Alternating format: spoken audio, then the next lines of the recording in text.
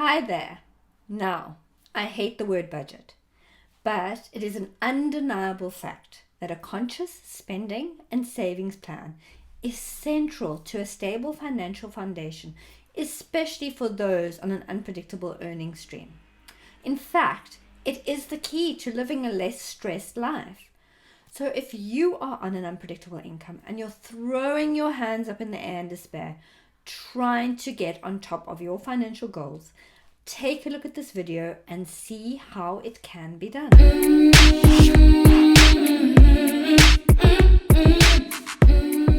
Welcome back. So, while it is impossible to pigeonhole how everyone outside of a salary job earns income, here are 6 suggested building blocks that anyone can use to create a simple wealth building plan. The plan rests on being super organized around how you manage your money, and it really pays, practically, but hopefully also financially, to have a bank that supports you in being so organized. In other words, your bank provides a facility that you can split your account into little envelope systems or have multiple linked accounts. So as far as I'm aware, most banks are very flexible in doing this. However, just as an aside, the online challenger banks seem to have made this a fluid and simple part of their account offering, and that does make life a little bit easier.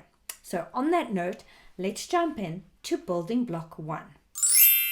Quantify the cost of your monthly necessities. These are quite simply the costs you cannot avoid and are non-negotiable for survival. These would be things like having a roof over your head, your rental payments or your mortgage, your utilities such as water, electricity and gas, food in your stomach, your groceries, transport, it could be public transport or your own vehicle, insurance, and hopefully you have income protection and disability insurance. And this is a very real non-negotiable when you are self-employed. Finally, other things like your debt service, your repayments on your credit cards and any loans you may have, childcare costs, and one thing that you must not overlook, specifically if you're on a variable income, is your taxes.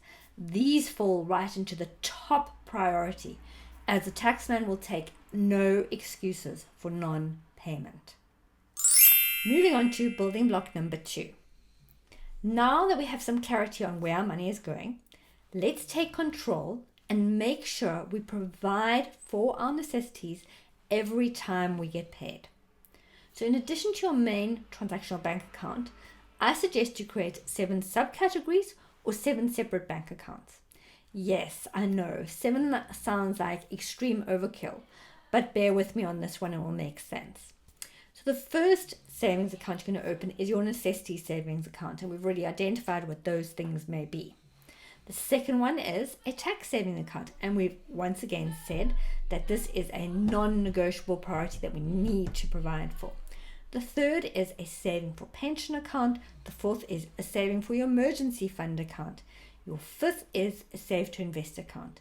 And number 6 is very, very important. Put stars around it, underline it, a save for fun account. Yes, you heard me, fun. And then number 7 will be a save for goal account, and we'll talk about this later in the steps. Let's move on to building block number 3.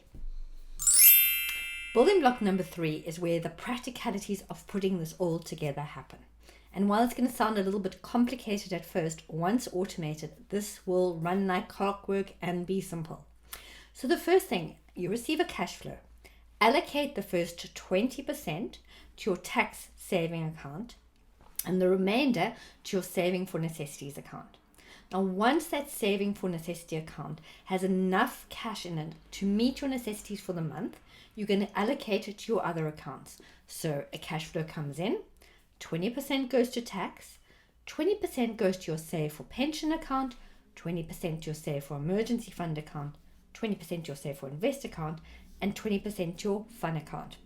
And let's assume at the end of the month, you, for whatever reason, don't have enough funds in your save for necessities account because something popped up. What you're going to do is you're going to take from the other savings account in reverse order. So you'll start with your save for fun account and you'll only take out 50%. Remember, only 50%.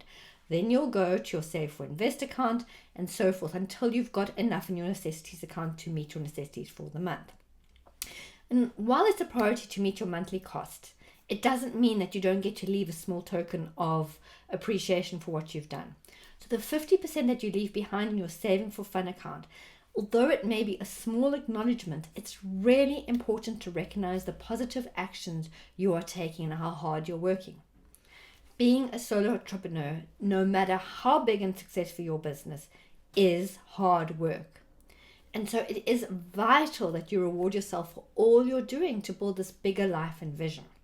And one caveat to all this allocation: if you have high interest rate debt, so that would be like your credit card debt or any kind of high interest rate loan, instead of allocating it to your other savings account, we're going to direct some money to paying down that debt. So you won't direct it to your Save for Invest account, you'll direct it to your debt account.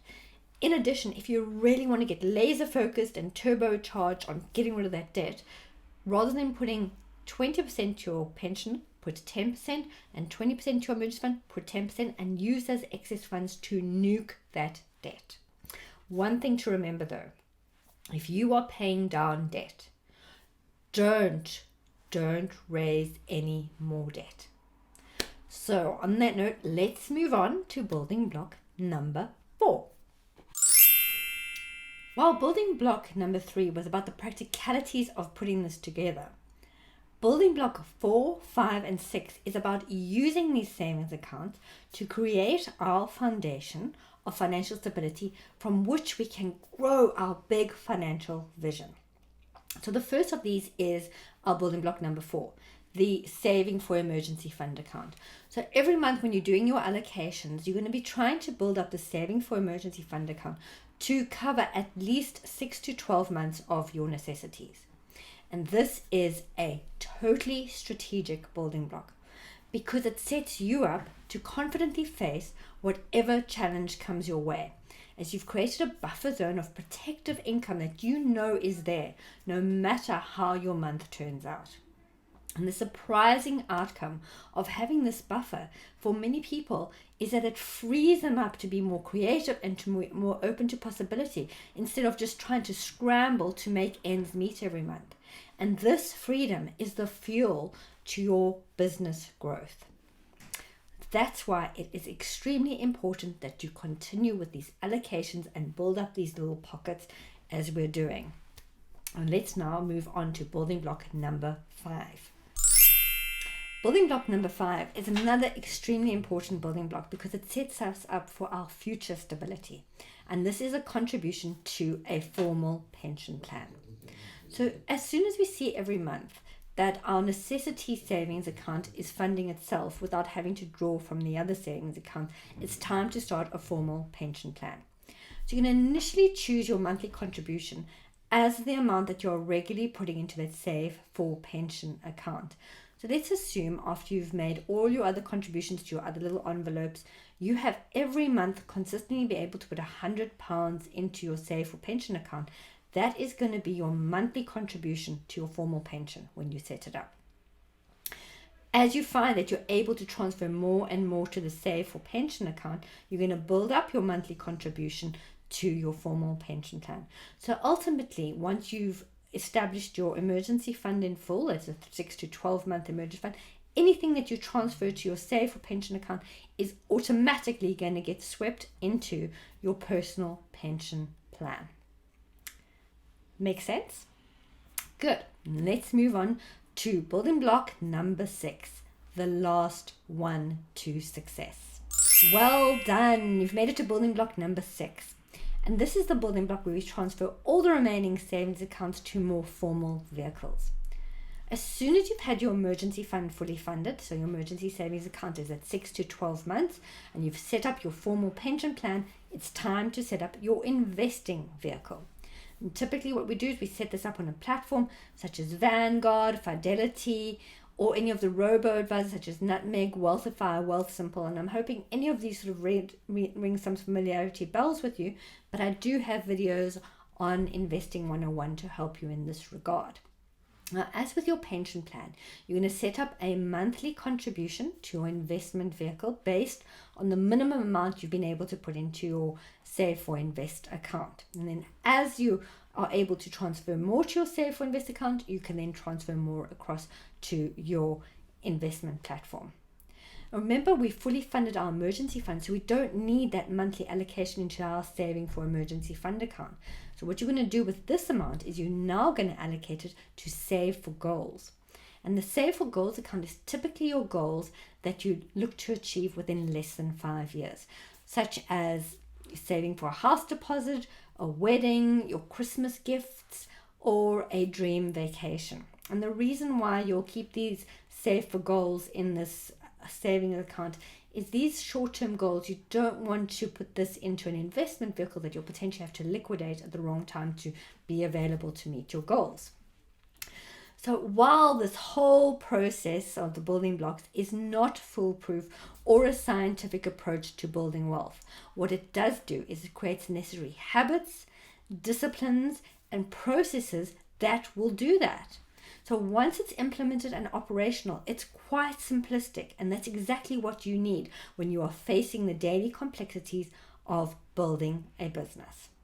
So please check out the show notes below and grab out the cash flow automation cheat sheet that shows you how to get this process running like clockwork. If you like this video, let me know by liking it and share it with any other ladies ready to change their financial story. Comment below if you found anything on the video helpful. So for financial education and money talk designed for women, subscribe to my channel and hit the bell to be notified when I post a new video. And please, please, please do keep watching. I look forward to chatting to you in the future.